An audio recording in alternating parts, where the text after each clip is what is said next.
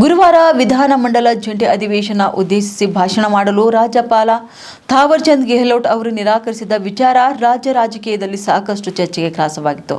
ಈ ಕುರಿತು ಕಾನೂನು ಸಚಿವ ಎಚ್.ಕೆ. ಪಾಟೀಲ್ ನೇತೃತ್ವದ ಉನ್ನತ ಮಟ್ಟದ ನಿಯೋಗವು ರಾಜ್ಯಪಾಲರ ಜೊತೆ ಚರ್ಚಿಸಿ ಮನವರಿಕೆ ಮಾಡಲು ಕೂಡ ಲೋಕಭವನಕ್ಕೆ ಬುಧವಾರ ತೆರಳಿತು. ಈ ವೇಳೆ ಭಾಷಣದಲ್ಲಿ ಕೆಲ ಅಂಶಗಳನ್ನು ತಿದ್ದುಪಡಿ ಮಾಡುವುದಾಗಿ ರಾಜ್ಯಪಾಲರಿಗೆ ನಿಯೋಗ ತಿಳಿಸಿದೆ.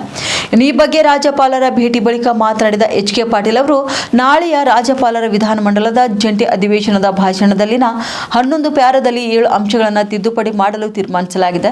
11 ಪ್ಯಾರಾಗಳನ್ನು ಸಂಪೂರ್ಣವಾಗಿ ಕೈಬಿಡದೇ ಇರಲು ಸರ್ಕಾರ ನಿರ್ಧರಿಸಿದೆ ಎಂದು ತಿಳಿಸಿದ್ದಾರೆ. ಅಷ್ಟೇ ಅಲ್ಲ, ರಾಜ್ಯಪಾಲ ಥಾವರ್ಚಂದ್ ಗೆಹ್ಲೋಟ್ ಅವರು ಕೂಡ 11 ಪ್ಯಾರಾ ಕೈಬಿಡಲು ಹೇಳಿದರು. ಶಬ್ದಗಳ ತಿದ್ದುಪಡಿ ಅಷ್ಟೇ ಬದಲಾವಣೆ ಮಾಡ್ತೇವೆ, ಆದರೆ ಎಲ್ಲವನ್ನ ಬದಲಾವಣೆ ಮಾಡಲು ಸಾಧ್ಯವಿಲ್ಲ. ಬಡವರ ಪರವಾಗಿ ಇರುವ ಭಾಷಣ ಅದು, ಅದನ್ನು ರಾಜ್ಯಪಾಲರು ಓದಬೇಕು ಅಂತ ಕೇಳ್ಕೊಳ್ತೇವೆ. ಇನ್ನು ರಾಜ್ಯದ ಹಿತ ಕಾಪಾಡುವ ಅಂಶವನ್ನು ನಾವು ಬಿಡುವ ಪ್ರಶ್ನೆಯೇ ಇಲ್ಲ. ಹೀಗಂತ ಸಿಎಂ ಸಿದ್ದರಾಮಯ್ಯ ಜೊತೆ ಮಾತುಕತೆ ಮಾಡಿದ್ದೇವೆ. ಕ್ಯಾಬಿನೆಟ್ ನಿರ್ಧಾರದಂತೆ ಆ ಭಾಷಣವನ್ನೇ ರಾಜ್ಯಪಾಲರು ಓದಬೇಕು.